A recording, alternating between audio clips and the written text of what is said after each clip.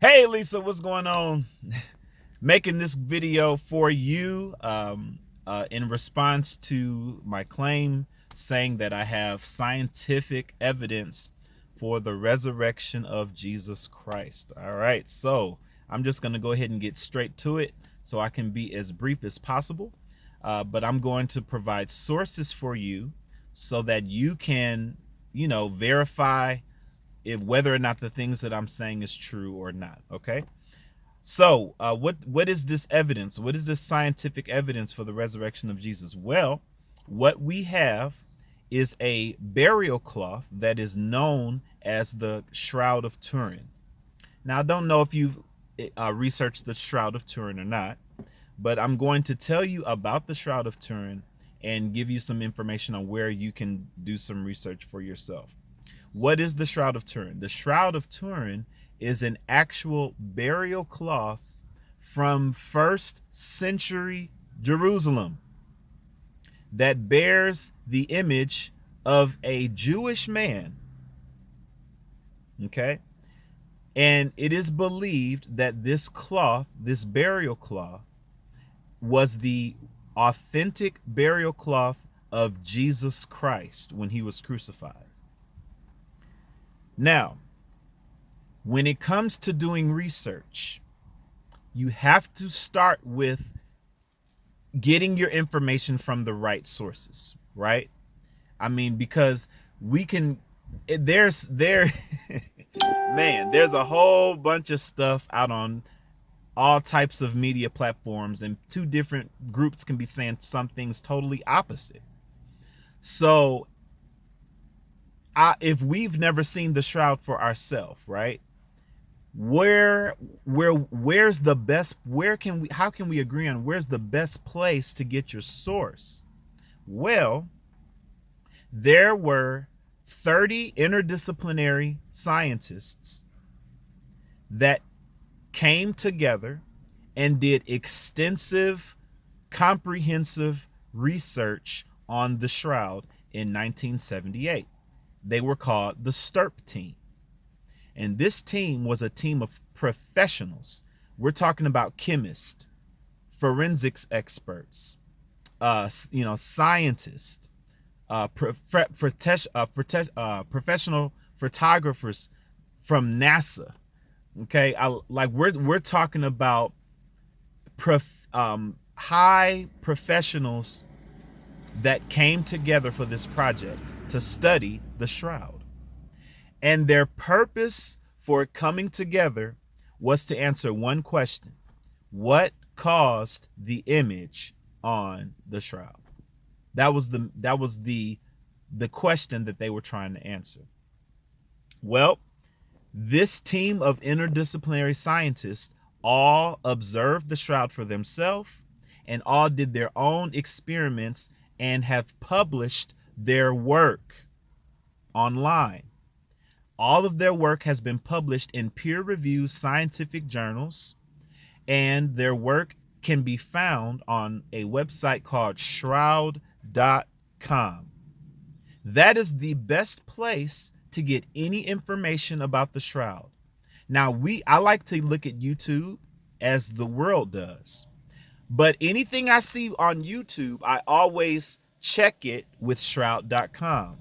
Shroud.com is the website that was published by a man named Barrie Schwortz. Barrie Schwortz was the leading head professional photographer for all of the experiments that were done by the STURP team. Okay?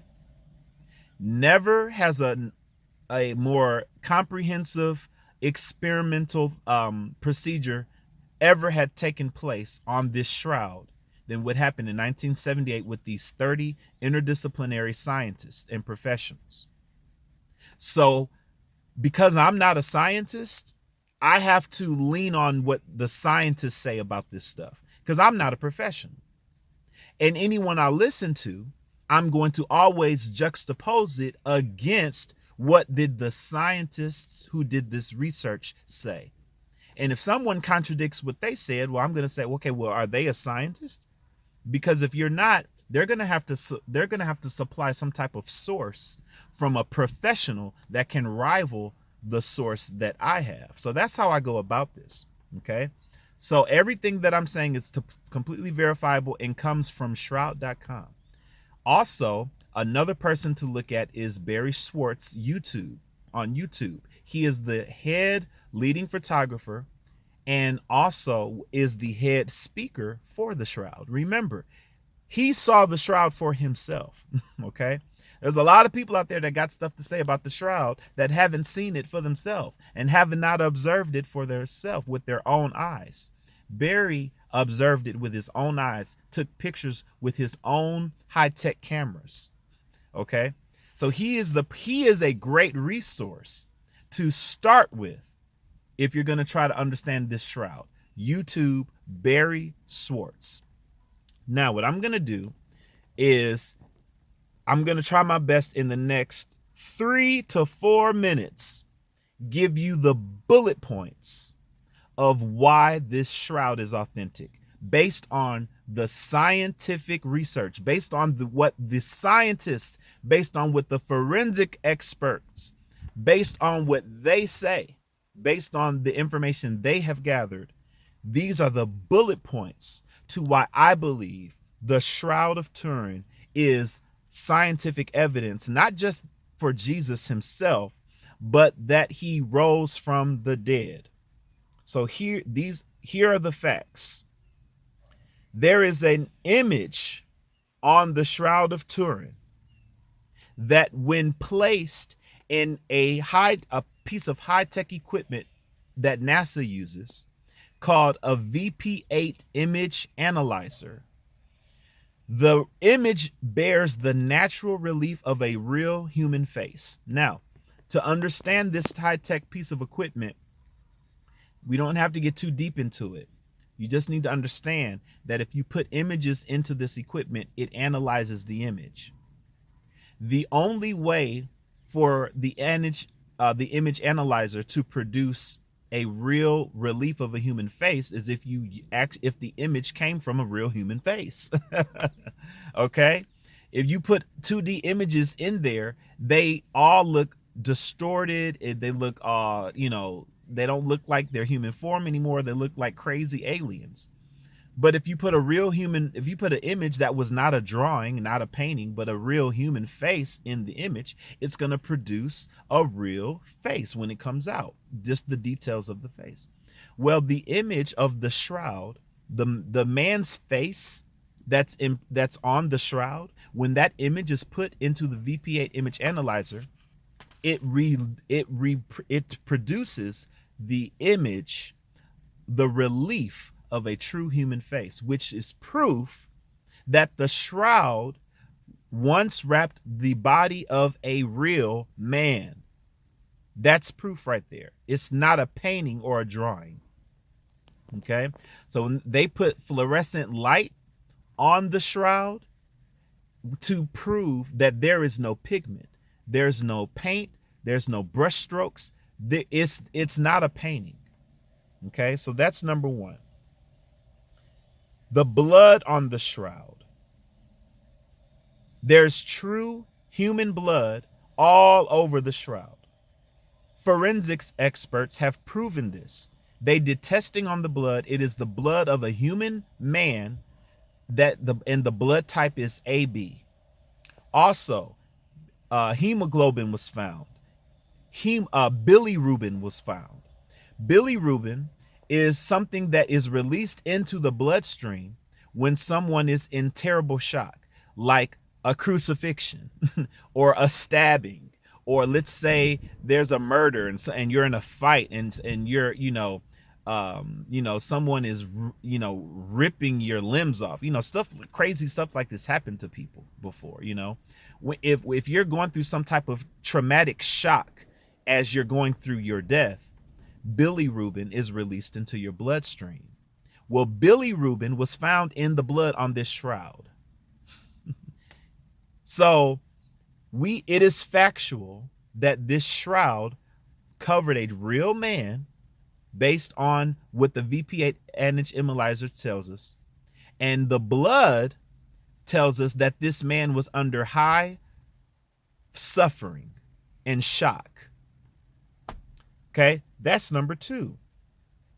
The blood stains on this shroud also, when you compare it with where they are placed at the body, it corroborates with what happens in a crucifixion. And it corroborates with many details that are in Scripture. Just to throw that in there. The scientists don't really talk about the Scriptures that much. But they have understood and realized that the crown of thorns, yeah, they see that on the shroud. They see the blood spatterings that show this man must have been pricked by some type of thorny substance. They see that all on the shroud. All right.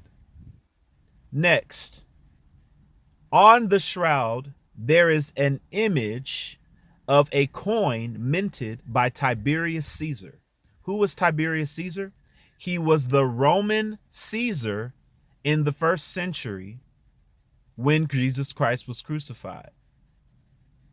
Okay? Tiberius Caesar. They found a coin that was on the shroud. Well, what did they do in those times? Well, they placed coins on top of the body, on the eyes, to keep the eyes closed, to keep the eyes shut. Well, that coin, the image, is right over the eye of Tiberius Caesar. That places the shroud instantly in the 1st century by the Romans. That's exactly what the Scripture tells us. The Jews, they were the ones that accused Christ and took him to the judgment halls and to the courts. But Jesus was executed under the Romans. Okay, under the government of the Romans is what I was trying to say. So that coin is minted on the shroud. That's powerful. There's pollen. I can't remember the exact name of the pollen, but there is pollen that is specifically found in Jerusalem. That's all over the shroud. So that places it in Jerusalem and in the 1st century. So we have a man, a true man, that we know covered the shroud based on the VP8 image analyzer. We have the blood on the shroud corroborating with the Scriptures, and we know by forensic experts that this is true blood. And the blood is all in the right spots for a crucifixion. We have a coin from Tiberius Caesar. We have pollen from Jerusalem. So obviously this is a crucifixion by a man in the 1st century in Jerusalem. Finally, the image itself. The image itself was caused by I'll put it this way. The image is discoloration of the uppermost top fibrils. Not thread, fibrils. Okay?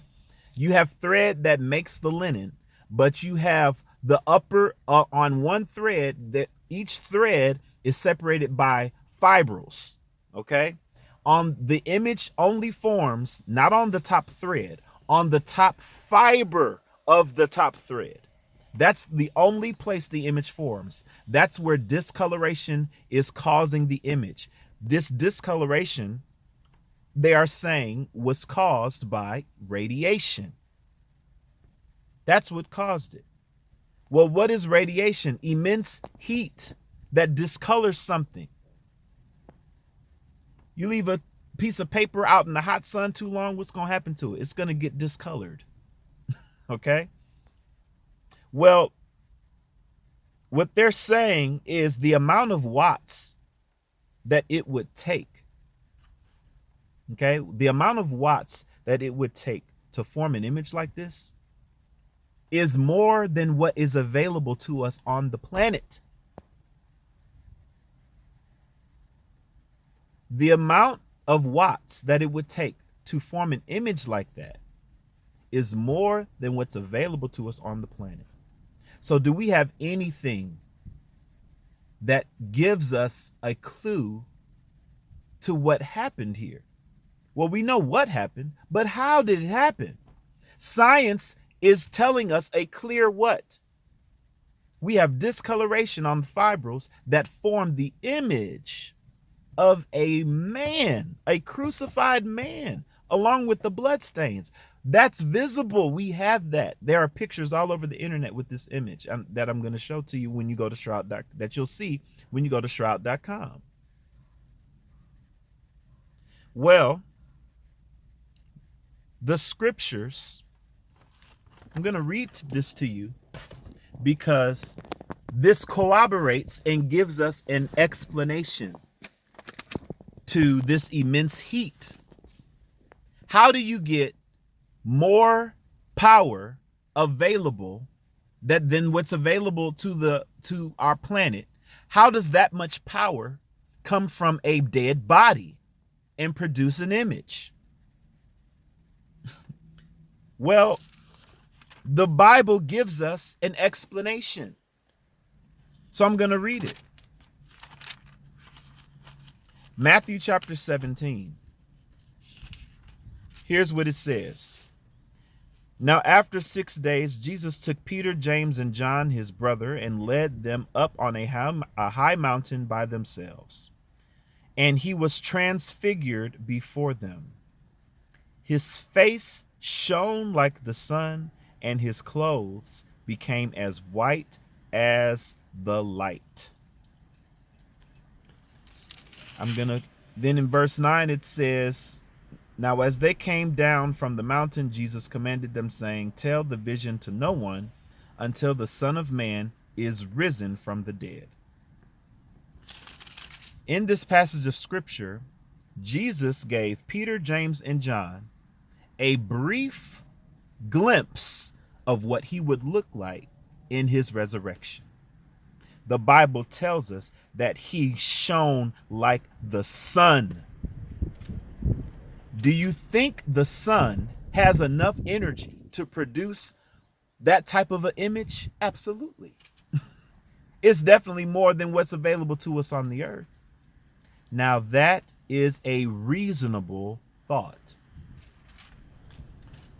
So the image was formed by the resurrection of Jesus Christ. The light that protruded caused radiation powerful enough to form the image. We have an image. The research says it's radiation that caused the image, and you need billions and billions and billions of power to make that type of image. And that's exactly what we have. The resurrection produced the type of power to form that image. That is a reasonable, deductive thought. The scriptures corroborate with what science says it must have took to make this happen. So that's my take on it. That's my evidence. Now, if you disagree about that being evidence, I don't know what to say. I mean, at least you got to be able to say, okay, I see where you're coming from. I mean, at the bare minimum, you got to be able to say, okay, I can see that why you believe that. That makes sense. Even if you don't believe it. You know what I'm saying? You can disagree with somebody and be like, yeah, but at least I see why you think that. You know, that is clear evidence of the resurrection. That's the close to scientific evidence we're going to get when it comes to the resurrection of Jesus Christ. So I encourage you, go to shroud.com. You're going to find lots of articles that are going to, you'll see where I got this information from. And go to YouTube, look up Barrie Schwortz. Barrie Schwortz. I think his name is spelled Schwartz.